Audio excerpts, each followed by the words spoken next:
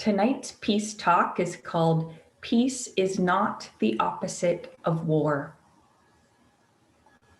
Our central misunderstanding about peace is our mistaken idea that peace is the opposite of war.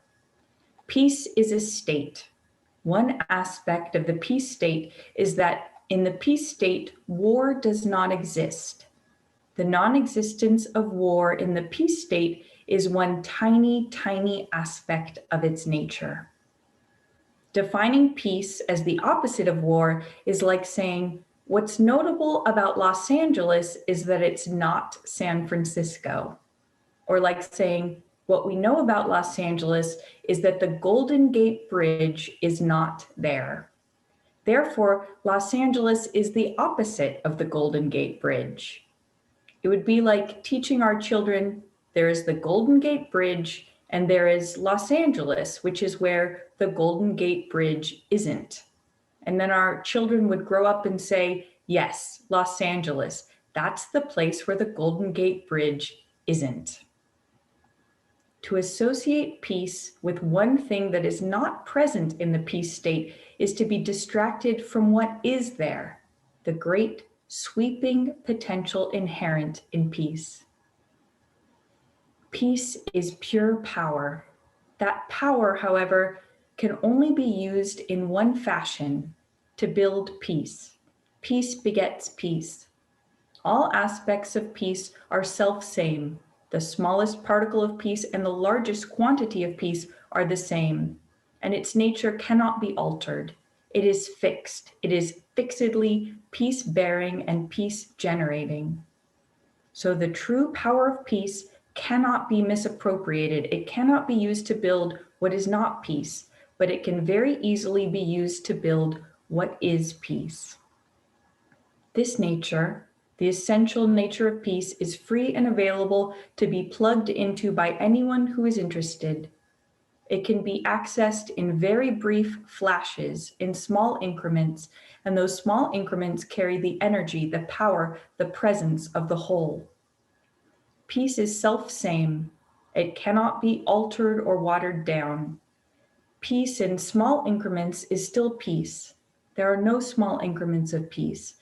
Peace is so powerful that it cannot exist in small increments.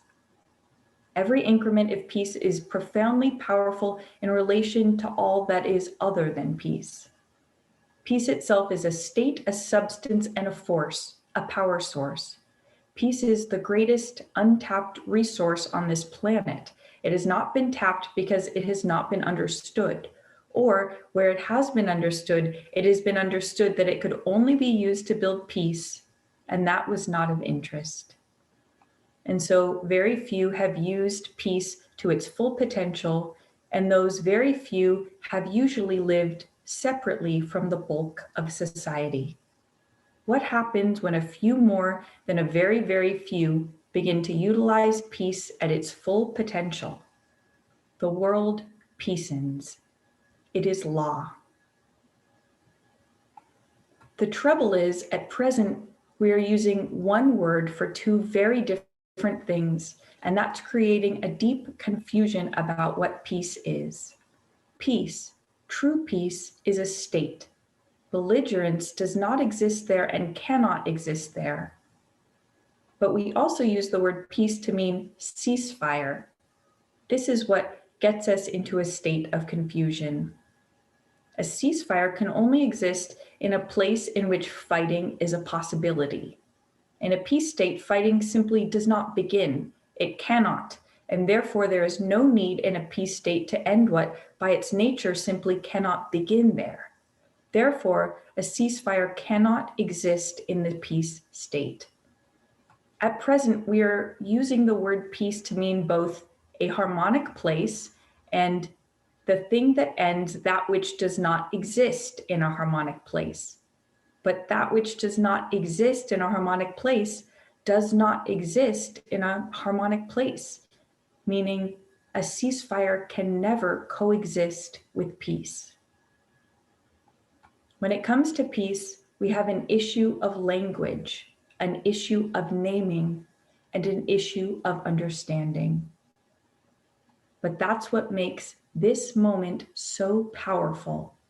We can begin right now to relearn what peace is. We can begin to understand the difference between peace and a ceasefire. We can begin to separate those things. Once they have been separated, we can begin to learn about peace without the confusion of thinking it is also a ceasefire. Once we have begun to separate these two, we can begin to engage with true peace as it is, without its power being dampened by the idea that it is a dance in and out of war. That which transitions in and out of war is no more powerful than war is. A ceasefire is simply a part of a cycle of belligerence. Peace is a state in which there is never belligerence. The peace state is a thing of ultimate power. The peace state is infinitely more powerful than that which lacks peace. The peace state is infinitely more powerful than a ceasefire. To equate peace and a ceasefire is to reduce peace's power. To separate the concept of peace from the concept of a ceasefire is to return peace's power to us.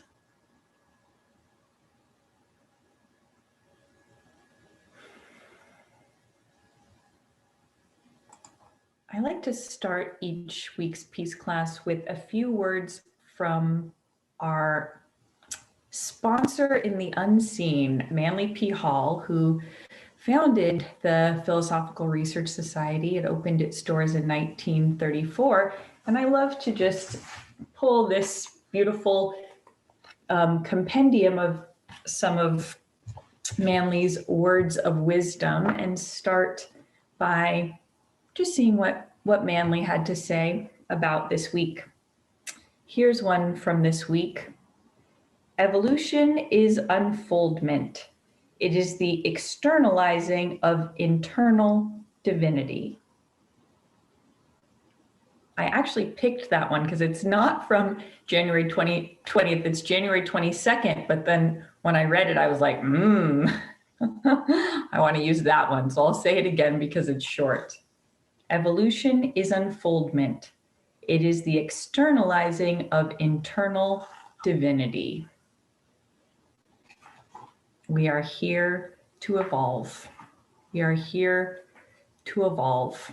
And I'm so grateful to be here with you guys and to talk about peace building tools every week, because as we use our focus, as we use our intention, as we use our choice to welcome more peace into our individual experience, we evolve into a more peaceful being.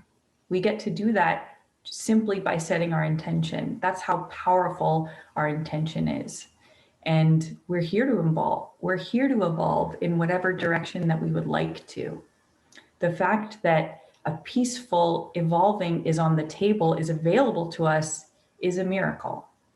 It's a miracle that we can simply set our intention to welcome in more increments of peace into our lives, to call in tools, to call in a practicing of those tools, and that it works every time. It is law. It is law. If we use our intention in that way to call in more peace, it will always arrive. It will always arrive. So, what a beautiful opportunity. And I was really looking forward to, I am really looking forward to, even as we are in it, to today's class, because this is a day in which many feel joyful or grateful. And when we come together to speak of peace and to build peace on a day in which many of us are already feeling good, that's a very powerful place. It's beautiful to come together to build peace when we start from any place as a collective, because we add increments of peace into our individual experience and therefore into the collective wherever we are beginning, whether we're at sort of the top of the curve of how we feel, or whether we're at the bottom of the curve or of how we feel, or anywhere in between, we can always add powerful increments of peace. But when we happen to be on the joyous side or the celebratory side, it's especially easy for us to build peace, because there's a connection between joy or celebration and peacefulness, because the peace state is what follows joy. And when we linger in joy, we build more joy for ourselves. We build future joy for ourselves, and future joy will always be followed by future moments of peace. So when we linger in what we love, when we linger in what we'd like to experience, we also build more of it. And all of those joyous or enjoyable states are connected to the peace state, because the peace state is about as high as we can get on the emotional scale. It's the whole sort of top of the emotional scale includes the aspect of peace. So when we are up on the high end of the emotional scale and we linger in those feelings, we're creating more of that for ourselves. We're creating more peace for ourselves, and therefore in the collective. And on a day when it's easy, why not milk it?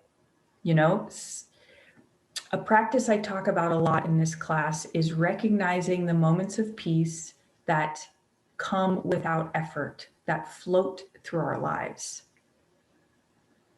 Those are pennies from heaven. They are miracles, and we don't have to work for them.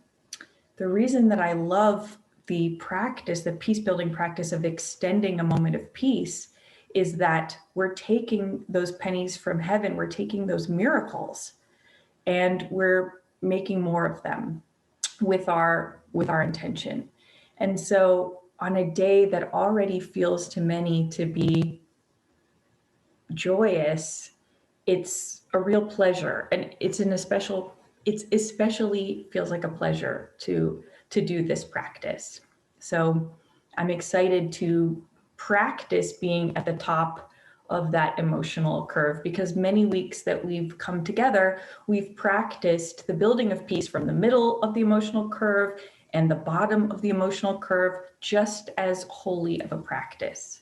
But we haven't had so many weeks in this challenging year to practice building peace when we're at the top of the emotional curve. So it's wonderful to have that opportunity. So that's why I was really looking forward to today's class. And I know I say that every week because I am always looking forward to class.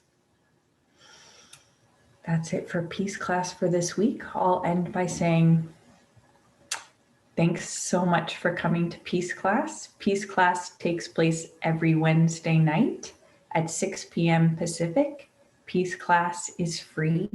All are welcome to come to Peace class. You can sign up for any Wednesday's Peace class at prs.org/events and come join us. We'd love to have you in Peace class.